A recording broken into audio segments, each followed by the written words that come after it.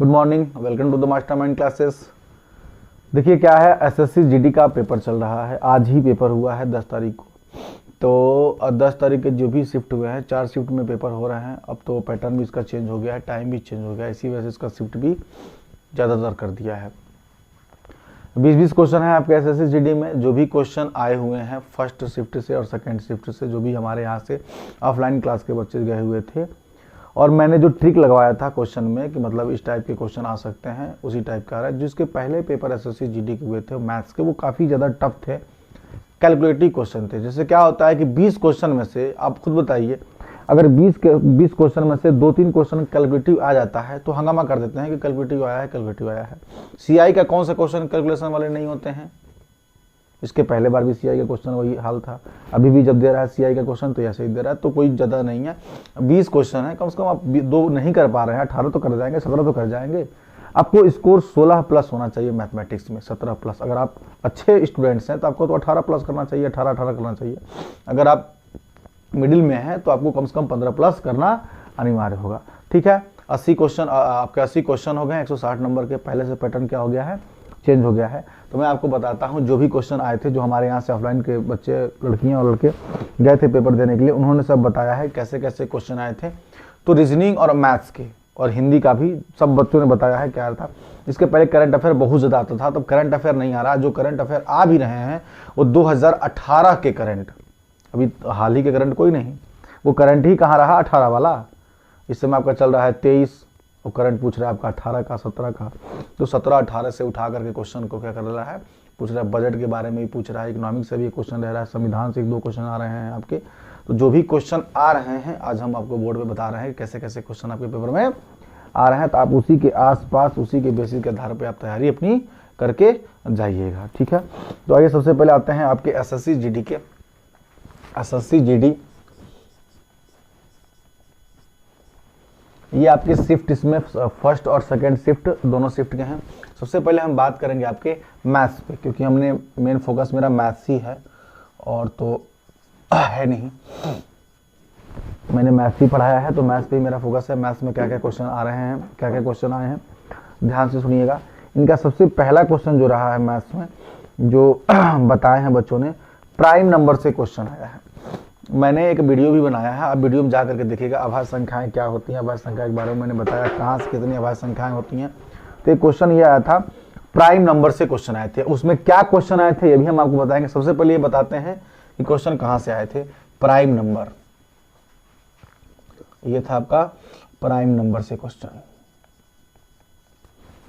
एक क्वेश्चन आया था आपका प्राइम नंबर से क्वेश्चन आया था। एक क्वेश्चन और आया था आपका सिंप्लीफिकेशन से, सरलीकरण से। सरलीकरण से भी आपका क्वेश्चन बना है। तो सरलीकरण से तो जाहिर सी बात है कि क्वेश्चन तो एक तो बनाएगा ही, लेकिन सिंपल क्वेश्चन। इसके पहले भी जो पेपर हुए थे एसएससी जीडी के, उसमें बहुत लेंदी सरलीकरण दिया हुआ था, लेकिन इसमें लेंदी सरलीकरण आपका नहीं था।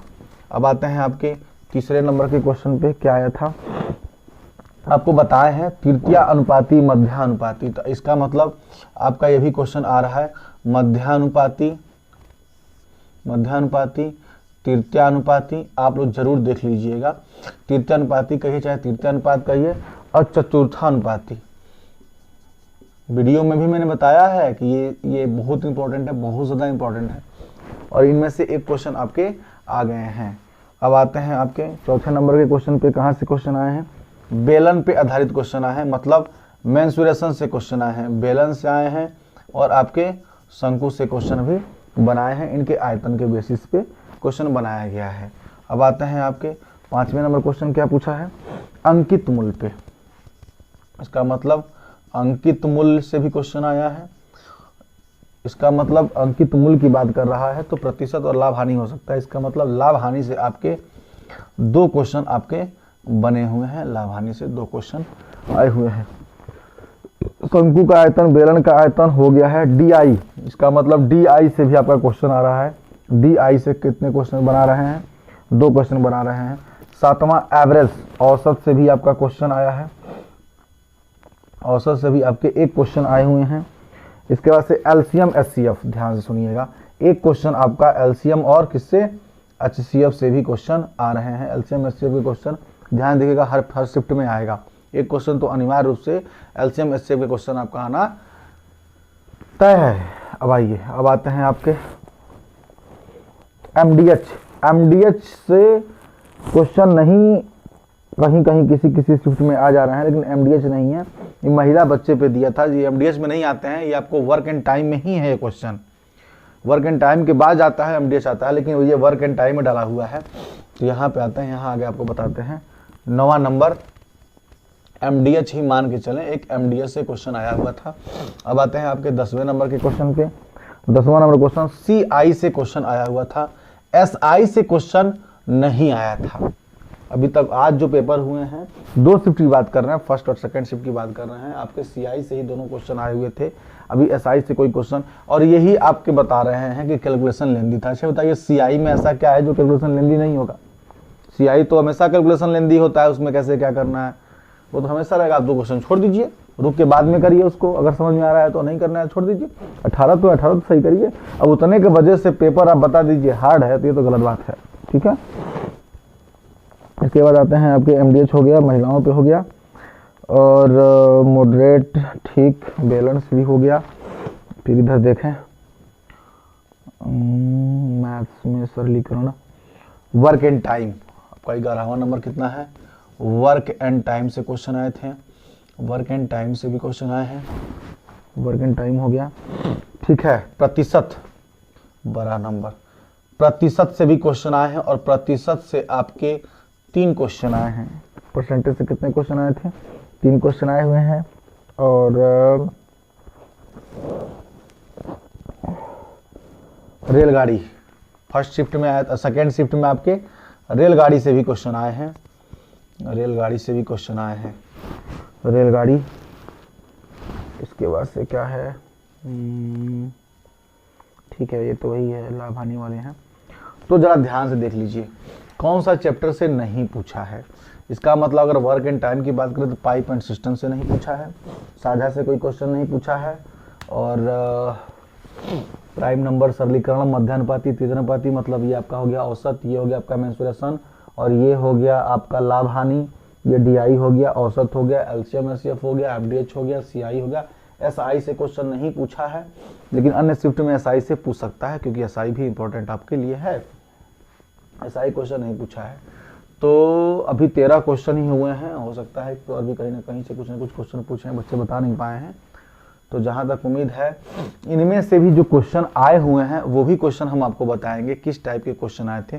पहले अब अन्य आगे चलते हैं रीजनिंग पे। ये रहा आपका मैथ्स, आप चाहें तो इसका स्क्रीनशॉट ले लीजिए और आप इसी के बेसिस पे देखिए, इसी के आसपास में आएंगे। अगर मध्यानुपाती यहाँ पे चतुर्थानुपाती पूछा हुआ है रूट के अंदर, तो आपसे मध्यानुपाती तृतीयानुपाती पूछ सकता है। सरलीकरण तो होगा। प्राइम नंबर आपसे पूछा था 40 और 50 के बीच में, 40 और 50 के बीच में कितनी अभाज्य संख्याएं होंगी, 40 और 50 के बीच में कितने अभाज्य, आपको ये भी, तो उससे पहले आपको ये पता होना चाहिए 1 से लेकर के 50 तक कितने होते हैं, चाहे 1 से लेकर के 100 तक कितने होते हैं, 50 से लेकर 100 तक कितने होते हैं। आप ये सब देख लीजिएगा, मैं बता भी दिया हूँ और फिर यहाँ भी बताऊँगा, अभी थोड़ा सा वेट कर लीजिए।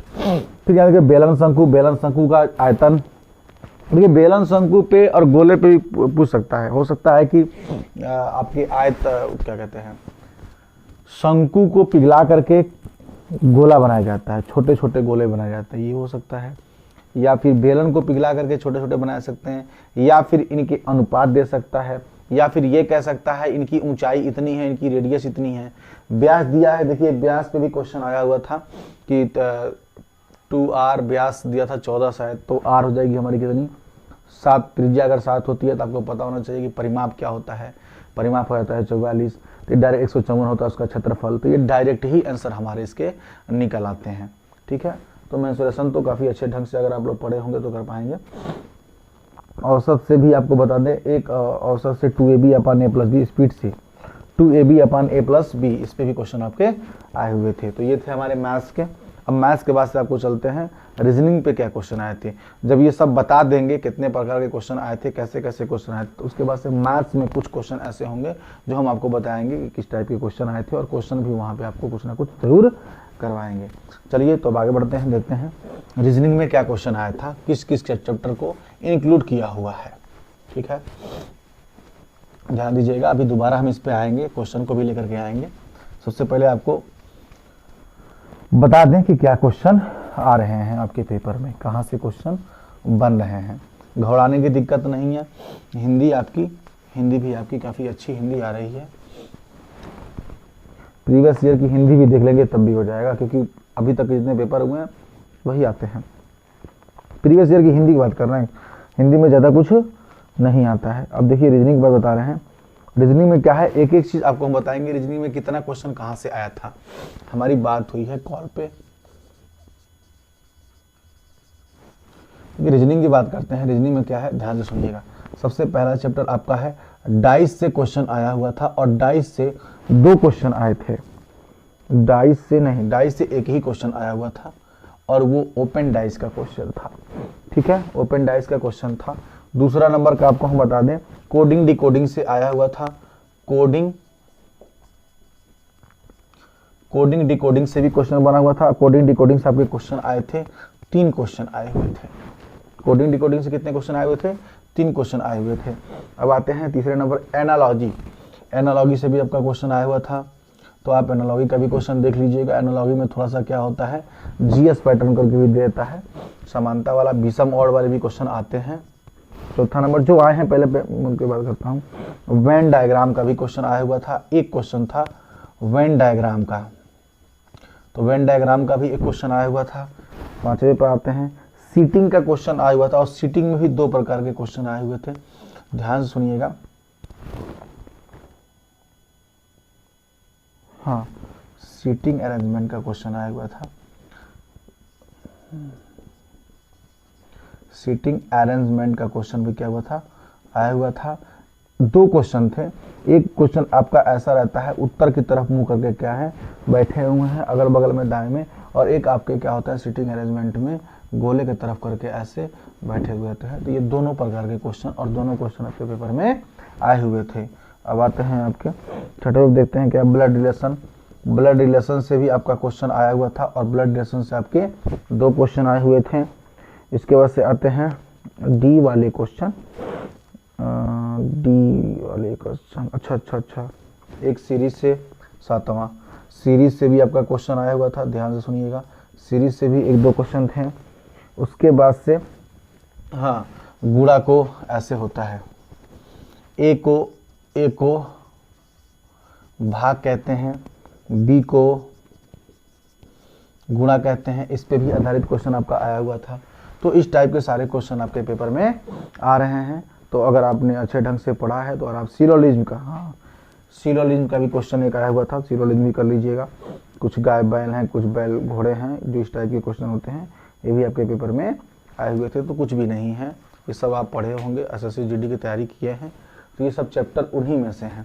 ना घड़ी का क्वेश्चन आया है और ना ही आपके कैलेंडर के क्वेश्चन आ रहे हैं। ठीक है, तो घबराने की दिक्कत इसमें नहीं है। नेक्स्ट शिफ्ट में ही इसी के आधारित पे ही क्वेश्चन आएंगे, अलग नहीं करेगा। चलिए, ये था रीजनिंग। अब रीजनिंग के बाद से आपको थोड़ा सा हम बता दें हिंदी के बारे में, कि हिंदी में क्या क्या क्वेश्चन आपके पेपर में आ रहे हैं, कहाँ से आ रहे हैं। ठीक है, ध्यान सुनिएगा। हिंदी में क्या होता है, अशुद्ध वाक्य शुद्ध करने के लिए अशुद्ध वाक्य जो आते हैं, ये शुरू से ही एसएससी जीडी का रहा है।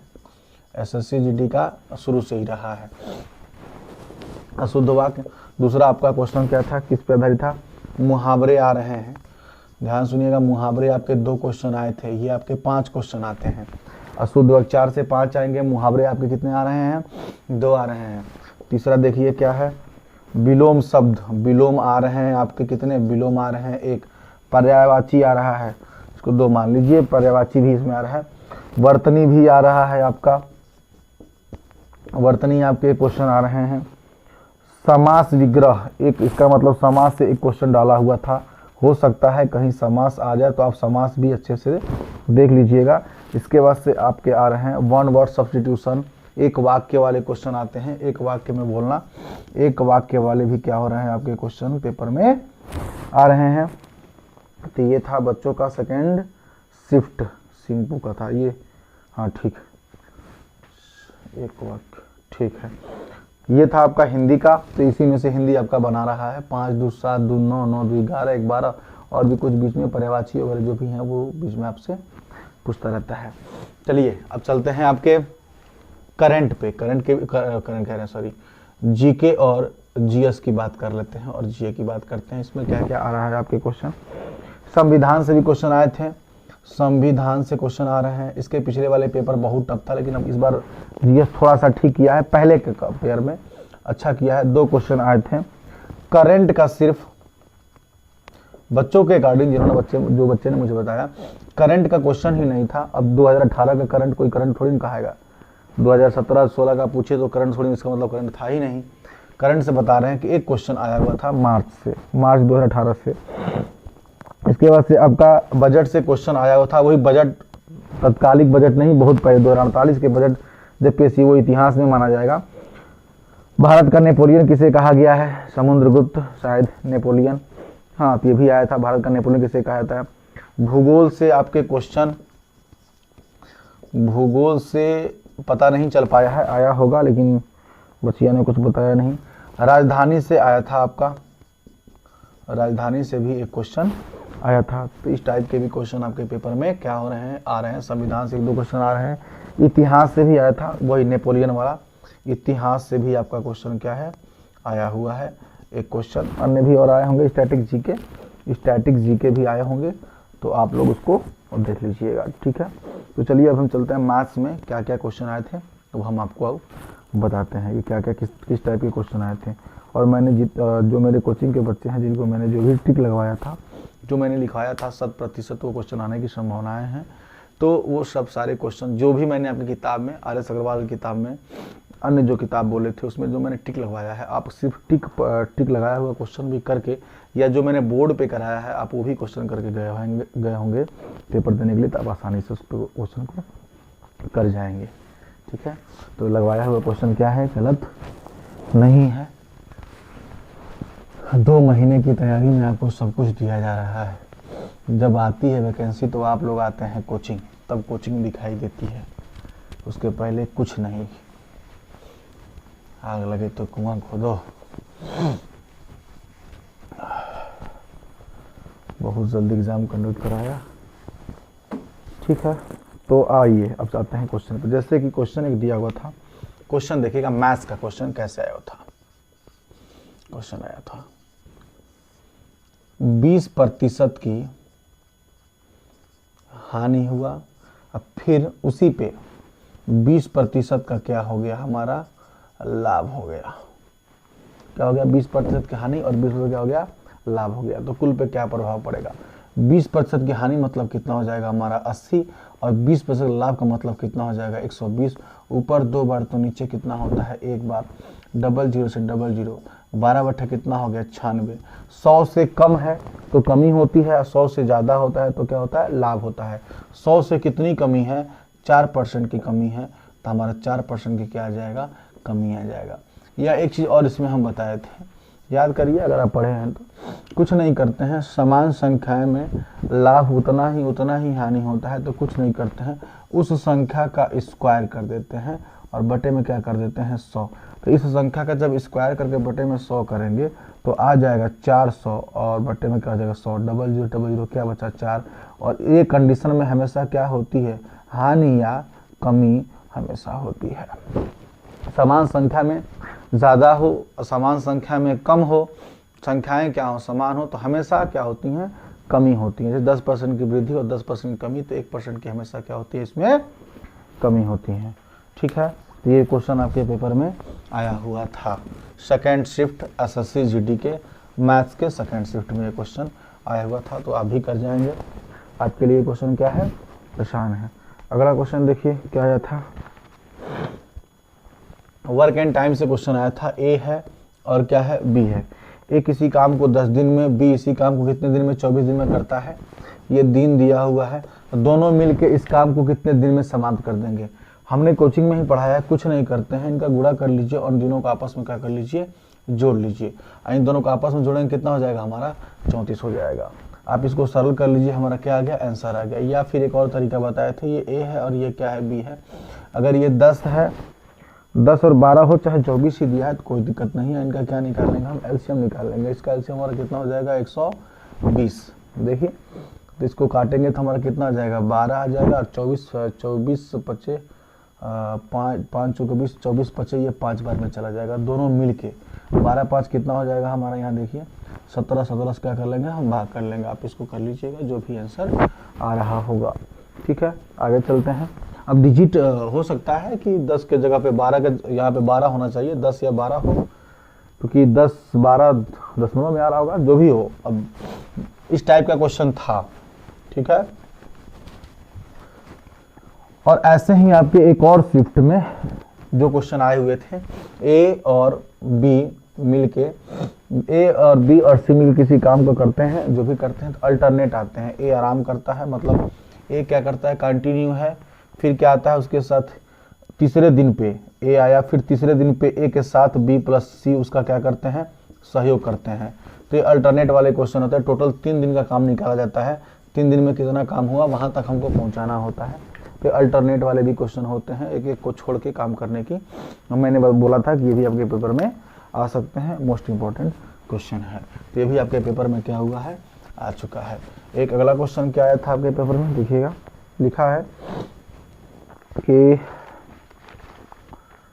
40 से 50 के बीच अभाज्य संख्याएं, 40 से लेकर के किसके बीच में, 50 के बीच में, 50 के बीच में अभाज्य संख्याओं की संख्या, अभाज्य संख्याओं की संख्या।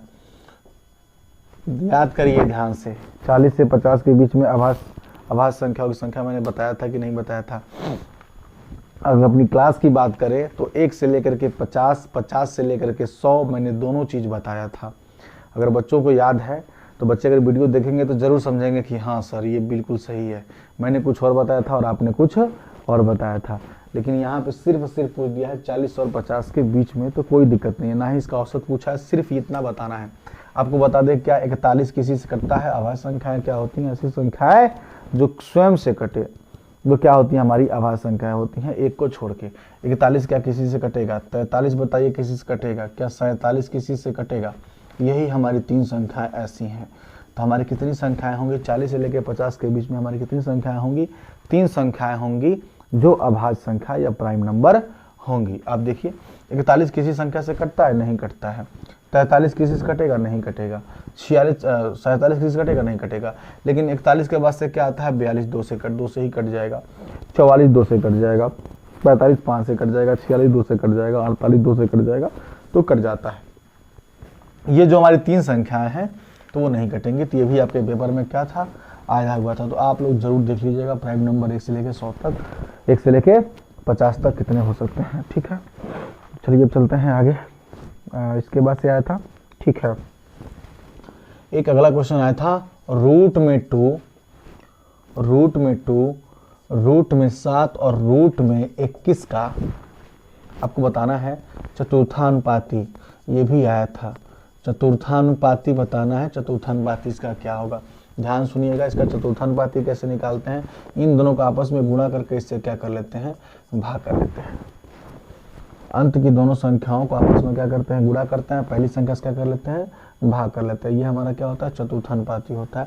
ध्यान से सुनिए कैसे निकालते हैं। रूट में 7 इंटू रूट में 21 डिवाइडेड बाई हमारा क्या हो जाएगा, रूट में हमारा 2 हो जाएगा। अगर रूट में 3 है गुणे रूट में 4 है तो गुणा कर लेते हैं और रूट में क्या हो जाता है हमारा 12 हो जाता है। ऐसे ही इन दोनों को आपस में क्या कर लेंगे, गुणा कर लेंगे। ध्यान देखिए हमारा क्या हो जाएगा, 21 सत्य हम यहाँ पे गुणा करके लिख लेते हैं 1 में। तो आप लिख सकते हैं 7 गुणा, यहाँ पे क्या लिख सकते हैं 7 गुणा 3। देखिए 7 3 21, दोनों को मैंने क्या कर लिया, रूट के अंदर कर लिया मल्टीप्लाई में। नीचे क्या हो जाएगा, रूट का 2। आप चाहें तब ऑप्शन पे डिपेंड करता है क्या किस रूप में ऑप्शन दिया हुआ है। आप चाहें तो इन दोनों के 7 के बदले एक साथ बाहर आ जाएगा और रूट में हो जाएगा 3 और डिवाइडेड बाई क्या हो जाएगा 2। अभी भी आप यहाँ पे ये आंसर नहीं मार सकते हैं, वो डिपेंड करता है कि क्या ऑप्शन दिया हुआ है।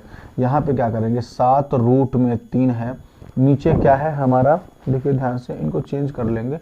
रूट 2 लिखा हुआ है तो रूट 2 का ऊपर नीचे हम क्या करते हैं, गुणा कर लेते हैं। तो रूट 2 का ऊपर और नीचे रूट 2 का गुणा कर लेंगे तो हमारा निकल के क्या आ जाएगा 7 रूट में, देखिए गुणा करेंगे तो 6 डिवाइडेड बाई 2। तो हो सकता है कि ये दिया हो। अब क्या दिया है आगे वो तो ऑप्शन मिलेगा तो पता चलता है कहाँ तक हमको आंसर लगाना था। ठीक है, तो ये था हमारा चतुर्था अनुपाती। इस बार रूट में पूछ दिया, तो आप लोग मध्यानुपाती भी देख लीजिएगा, तृतीय अनुपाती भी देख लीजिएगा। मध्यानुपाती और तृतीय अनुपाती हमेशा दो ही के बीच में पूछता है। अगर आपसे ये पूछ ले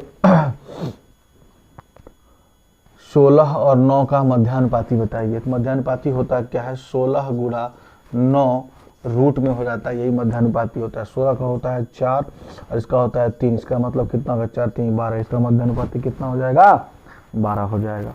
तो मध्यानुपाती, तृतीयानुपाती मैंने सब आपके एसएससी जीडी बेसिक कंसेप्ट में मैंने यहाँ सिखाया हुआ है। आप चाहे तो वहाँ से वीडियो पे जाके देख सकते हैं, बताया है कि नहीं बताया है। ठीक है, अब चलते हैं आगे अगले क्वेश्चन पे, देखें किस टाइप का क्वेश्चन और आया हुआ है।